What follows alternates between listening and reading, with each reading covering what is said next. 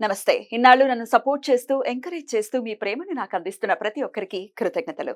అలాగే ఈ వీడియో కూడా ఖచ్చితంగా మీకు ఉపయోగపడుతుంది. లైక్, షేర్ అండ్ సబ్స్క్రైబ్ చేసి మీ సపోర్ట్‌ని నాకు అందించండి. అలాగే ఈ వీడియో పట్ల మీకున్న అభిప్రాయాన్ని కామెంట్ సెక్షన్‌లో కామెంట్ చేసి తెలియజేయండి. ఇప్పుడు వీడియోని చూద్దాం. నేను మీ జయశంకర్ సిస్ట్ల.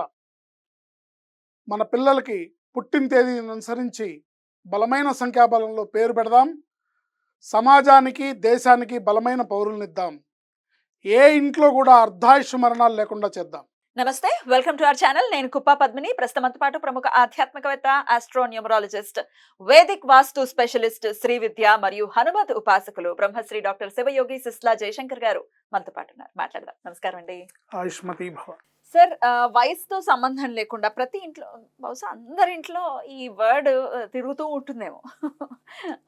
ప్రతి ఒక్కరికి కూడా అలవాటైపోయింది ఈ మాట అనటం. అది మర్చిపోయా, తెలీదు, గుర్తులేదు, మర్చిపోయేలాగా. మర్చిపోయా, తెలీదు, గుర్తులేదు, మర్చిపోయా అనే క్యారెక్టర్ ఏంటంటే చేతిలో డబ్బులు పడితే గుర్తుకొస్తాయి అని గుర్తు పెట్టుకుంటాడు. ఇది అలా కూడా కాదే. అలా కూడా కాదు, ఇది జెన్యూన్ గా మర్చిపోవడం. రైట్. మర్చిపోవటం అనేది ఏదైనా చెప్తే అబ్బా మర్చిపోయాను, అబ్బా మర్చిపోయాను. ఏంటో ఈ మర్చిపోవడం ఒక్కొక్కసారి తిక్కలేస్తుంది ఆ వర్డ్ వినాలంటే కూడా. ఎన్నిసార్లు మర్చిపోయాను, గుర్తులేదు, కొంచెం అప్డేట్, గుర్తులేదు. సో అసలు ఈ మర్చిపోవడానికి అంటే మతి మరపు ఏమిటి వచ్చేసిందా, మందబుద్ధి వచ్చేసిందా, లేకపోతే ఆ వర్డ్ చాంటింగ్ చేయడం వల్ల నిజంగానే మర్చిపోయేటటువంటి పరిస్థితి వచ్చిందా, లేకపోతే లైఫ్ స్టైల్ ఇలా లీడ్ చేస్తుందా మనల్ని?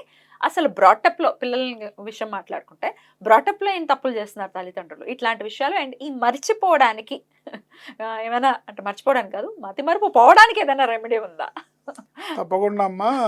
మెయిన్ ఇలాంటి పరిస్థితి రావడానికి సమాజంలో ఉన్న ప్రతి ఒక్కరికి మనం అందరం కూడా స్మార్ట్ ఫోన్ బాధితులం, డేటా బాధితులం. ఏంటి మీరు మీరు అసలు కౌంట్ చేయొచ్చు ఎన్ని నిమిషాలు ఫోన్ని దూరంగా పెట్టి ఉండగలుగుతున్నారనేది. అదొక టెస్ట్ అనమాట. సో పడుకునేటప్పుడు కూడా పక్కనే పెట్టుకొని ఏంటి క్షణం కూడా వదిలి ఉండకుండా. ఒకప్పుడు భార్యాభర్తలు అట్లా ఉండేవాళ్ళ. ఇప్పుడు ఫోన్ని కొంతమంది అయితే చెవులకి అతికిచ్చేసుకొని, అంటే హెల్మెట్కి పెట్టుకోవడము, లేదంటే ఇయర్ ప్యాడ్స్ ఐప్యాడ్స్ పెట్టుకోవడము. ఈ స్మార్ట్ ఫోన్ వల్ల జరిగిన డ్యామేజ్ ఇది. ఎందుకు అంటే ఎప్పుడైనా, ఇప్పుడు సపోజ్ మన ఫోన్ స్లో అయిందనుకోండి, మనది 128 GB ఫోన్ అయినా కూడా స్లో అవుతుందంటే అర్థం ఏంటి? గార్బేజ్ ఎక్కువైందని అర్థం, చెత్త ఎక్కువైంది అనేది. ఈ మైండ్ కూడా అలాంటి మెమరీ ఉన్న కార్డే అనుకుంటే కనుక చెత్తాచెదారం మైండ్లో ఎక్కువ వేసుకోవడం వల్ల, అనవసరమైన విషయాలను ఎక్కువగా మైండ్లో పెట్టుకోవడం వల్ల, పనికిరాని విషయాల జోలికి వెళ్ళడం వల్ల వచ్చిన ఫలితం ఇది. మర్చిపోయా. పైగా పవర్ ఆఫ్ స్పోకెన్ వర్డ్ అంటారు. అంటే మాట్లాడే మాటకి పవర్ ఉంటుంది, మాటే మంత్రం. 10 సార్లు నేను మర్చిపోయా అంటే అది మల్టిప్లై అవుతుంది. 10 పదులు 100, 100 ఇంటూ 100 లక్ష, లక్ష ఇంటూ లక్ష, అట్లా. సో ఫస్ట్ ఆఫ్ ఆల్ ఎవరైతే మతిమరుపు ఉందని భావిస్తున్నారో, ముందు మీరు చేయాల్సిన పని ఏంటంటే ఆ మాట నోట్లోంచి రాకుండా కట్టడి చేసుకోవాలి. మర్చిపోయా, గుర్తులేదు అనే మాటలు, ఈ 2 మాటల్ని మీరు డిలీట్ చేసి నోట్లోంచి రాకుండా చేసుకున్నట్టయితే అప్పుడు ప్రాబ్లంకి సొల్యూషన్ దొరుకుతుంది. తర్వాత సోషల్ మీడియా మనకు అందుబాటులో ఉంది, అవసరమైనవి మాత్రమే చూసుకుంటే సరిపోతుంది. అనవసరమైనవన్నీ కూడా మనకు అవసరం లేనివి కూడా చూసుకుంటూ, అంటే ఇక అది సూపర్ మార్కెట్ లాగా ఇట్లా చూసుకుంటూ వెళ్తే సోషల్ మీడియా కూడా అట్లాగే ఉంది. కాబట్టి ఇవాళ రేపు అన్నీ చూసుకుంటూ వెళ్తున్నారు. మనకు అవసరమైనవి చూడొచ్చు, తప్పు లేదు. మనకు అవసరం లేనివి కూడా ఏవేవో బొమ్మలు కనపడతాయి, ఏవేవో సినిమాలు కనపడతాయి, ఏవేవో కామెడీ స్కిట్స్ కనపడతాయి, ఏవేవో పాటలు వస్తాయి, ఏవేవో వస్తాయి. సో వాటన్నిటి దగ్గర ఆగిపోయి స్టక్అప్ అయిపోయి అదంతా మైండ్లో వేసుకోవడం, దానివల్ల వచ్చిన పరిణామం ఈ మర్చిపోయాను, గుర్తులేదు అనే మాటలు. సో ఎవరైతే ఈ మతిమరుపు అనే ప్రాబ్లంని పోగొట్టుకోవాలంటే ఫస్ట్ మనం చేయాల్సిన మాట మన నోట్లోంచి ఆ మాట రాకుండా కట్టడి చేసుకోవాలి. Right. ఎందుకంటే మీరు పవర్ ఆఫ్ స్పోకెన్ అంటే మాటే మంత్రం అని నేను చెప్తున్నాను. ఈ మాటే మంత్రంలాగా పనిచేస్తుంది అనుకోండి. ఉదాహరణగా మీరు ఆయన ఏదో చెప్తున్నారు, మాట మంత్రంగా ఎలా పనిచేస్తుంది అన్నది మాటే కదా అంటే, మీరు కావాలంటే కళ్ళు మూసుకొని 10 నిమిషాలు నాకు తలనొప్పిగా ఉంది, నాకు తలనొప్పిగా ఉంది, నాకు తలనొప్పిగా ఉందని మీరు 10 నిమిషాలు అనండి. 11వ నిమిషం మీకు తలనొప్పి రాకపోతే నన్ను అడగండి, గ్యారంటీ వస్తుంది. ఎందుకంటే మన మాటకు అంత పవర్ ఉంది. మన మైండ్, సబ్కాన్షియస్ మైండ్ మనకేం కావాలో అది ప్రపంచంలో ఈ యూనివర్స్లో ఏముందో అవన్నీ తీసుకొచ్చి పెడుతుంది. డెఫినెట్లీ. ఆన్ దట్ నోట్ ఖచ్చితంగా పెద్దవాళ్ళు కూడా అంటూ ఉంటారు కదా సార్, మీరు అమంగళమైనటువంటి మాటలు మాట్లాడకండి, అసలు సరుకులు అయిపోయాయని కూడా అనం, నిండుకున్నాయని అంటాం. అసలు మన హైందవ సంస్కృతి ఎంత గొప్పది. ఏది కూడా అయిపోయింది అనే మాట అనం, లేదు అనే మాట అనం, లేదు అనం, నిండుకున్నాయి అంటాం. సో ఆబ్వియస్గా ఇది కూడా అలాంటిది. ఇది కూడా అలాంటిది. సో అలా అనకుండా ఉండి దీనికి చక్కటి అద్భుతమైన అమ్మవారి మంత్రం ఉంది.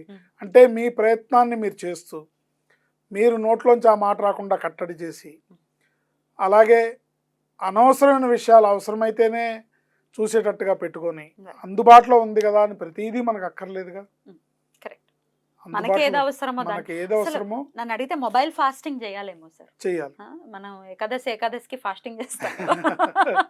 ప్రతిరోజు ఏకాదశిగా భావించి 2 గంటలో 3 గంటలో దీన్ని ఫాస్టింగ్ చేస్తే బాగుంటుందేమో.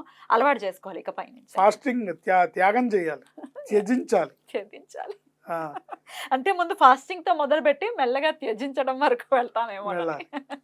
వెళ్ళినట్టయితే తప్పకుండా అప్పుడు మనం ఏదన్నా నిజంగానే మనకి నిజంగా ఏదో మైండ్ లో ప్రాబ్లం ఉండి మర్చిపోతున్నా, లేకపోతే ఏదో గ్రహాల కారణాల వల్ల జాతకరీత్యా వచ్చిన పరిస్థితి అయినా కూడా పిల్లల్లో మనం అబ్జర్వ్ చేస్తాం సార్, మందబుద్ధి ఉంటుంది. అది గ్రహస్థితి వల్లే ఏర్పడుతుంది కదా. అదే జెన్యున్ గా కూడా కొంతమంది పిల్లలు బాగా చదువుతారండి, ఎగ్జామ్స్ అప్పుడు మరి యాంగ్జైటీ వల్లనో ఏమో మర్చిపోతున్నాం అని అంటున్నారు, గుర్తు రావట్లేదు అని అంటారు.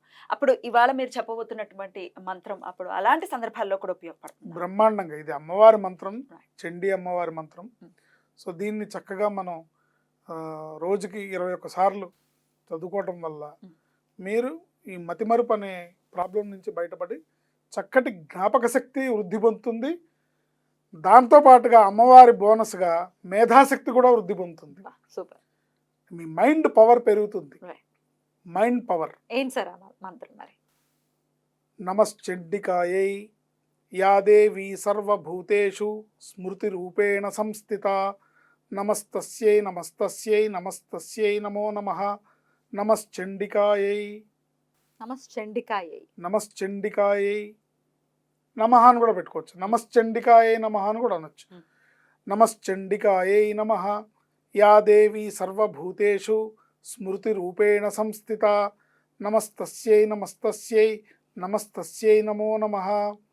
నమశ్చండికాయై నమః.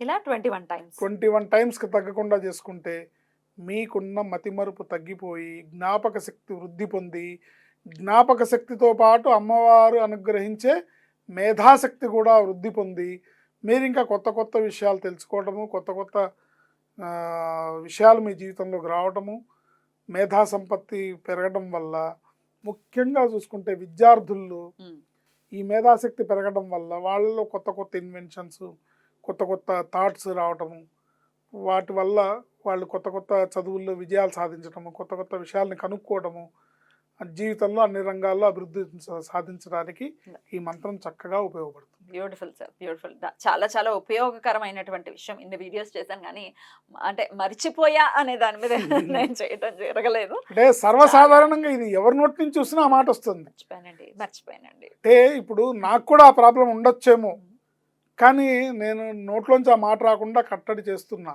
చెయ్యాలనే స్పృహ నాకుంది. అది కట్టడి చేయకపోతే ఇంకా ఎక్కువ అవుతుంది, ఉన్న ప్రాబ్లం ఇంకా ఎక్కువ అవుతుంది. ఇవాళ రేపు ఉన్న ఈ ఫాస్ట్ లైఫ్లో, దైనందిన జీవితంలో మనకున్న టైంని మనం ఎలాక్యులేట్ చేసుకోవడంలో, మనం షెడ్యూల్ చేసుకోవడంలో కొన్ని విషయాలు మనం మర్చిపోతుంటాం. ఇవాళ చేయాలనుకున్న పనులు ఒక 10 ఉన్నాయి అనుకోండి, ఆ 10లో 8 పూర్తవుతున్నాయి, 2 పెండింగ్ పడిపోతున్నాయి. సో మనం నోట్లోంచి ఎలాంటి అమంగళకరమైన పదం రాకుండా చూసుకున్నట్టయితే జీవితంలో సగం కష్టాలు తొలుగుతాయి మనకి. Speak what you want, don't speak what you have. మనకేం కావాలో అది మాట్లాడాలి, మనకున్న పరిస్థితిని మనం నోట్లోంచి మాట్లాడకూడదు. Right sir. అది చాలా చాలా యూస్ఫుల్ విషయం సార్ ఇది మాత్రం. డెఫినెట్ గా పరదేవత అనుగ్రహంతో ఈ మతిమరుపుకి అందరూ చెక్ పెట్టాలి అని మనస్ఫూర్తిగా కోరుకుంటూ thank you so very much sir. నమస్తే. ఆయుష్మతి భవ.